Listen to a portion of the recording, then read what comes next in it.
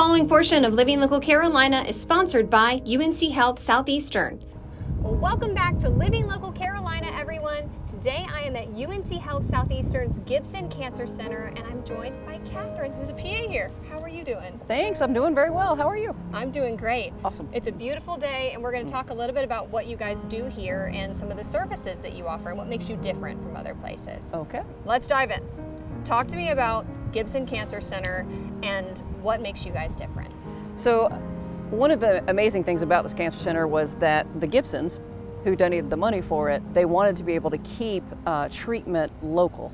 So it's bad enough to be diagnosed with cancer, but then to have to travel up the road and put that kind of transportation difficulties on your family is more than anyone should have to bear. So the idea is, can we now take this very serious disease and treat it locally and save on time, effort, and energy of that family so they can put that into getting their loved one well.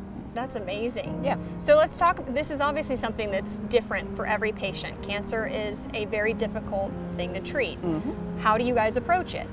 So cancer is based on which part of the body initially began to have the cancer. That's why, unfortunately, we can't just say, oh, there's a cure for cancer, because they're all completely different. The other amazing thing that's come up in the last couple of years, though, is that we have new ways to treat. And so, you know, what used to have been a complete death sentence is just no longer the case anymore. We have all these amazing new immunotherapies and new ways to target different parts of the tumor. I always like to tell my patients it's like a garden, and they've got weeds in their garden. And so we have to find the thing that's going to kill that weed. Now, as cancer goes on and continues to mutate, sometimes you'll get a new weed. And now I've got to change treatment because I've got to take out this new weed. But not to give up that, you know, that the weeds are very treatable. And so we can go in and garden with the best of them. That's a great analogy. I like that. Thanks. So let's talk a little bit more about some of the services you guys here. I know you do, you know, lab stuff, but from somebody who isn't in the medical field, tell me what you got.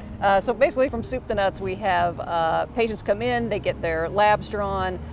If they are seeing us on the medical oncology side, then if they're getting treatment that day, I have to make sure that their body is healthy enough to get the treatment, that I'm not giving them something that's going to make things worse. And so if they pass all of the flags that we have, then we move forward with treatment.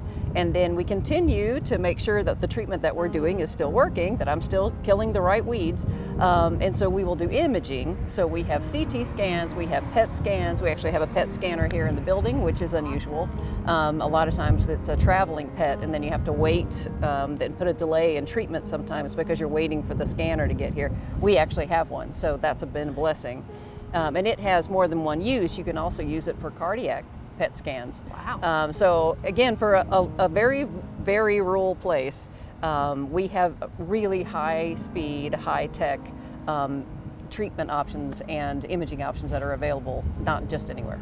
And beyond, you know, the medical treatment stuff, you guys also provide transportation and do a number of other things to help people who are going through cancer. Yeah, one of the biggest things that has come out in the last 10 to 15 years has been cancer navigation. So how do you, it's not enough to say, okay, this person has cancer, have a nice day.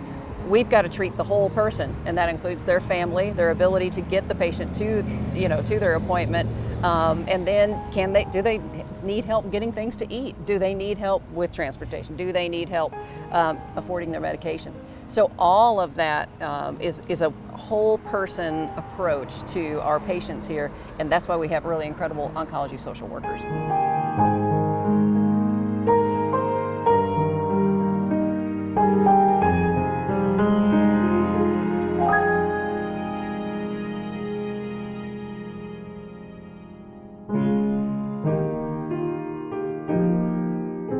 To learn more about cancer care at UNC Health Southeastern, visit their website at www.unchealthsoutheastern.org.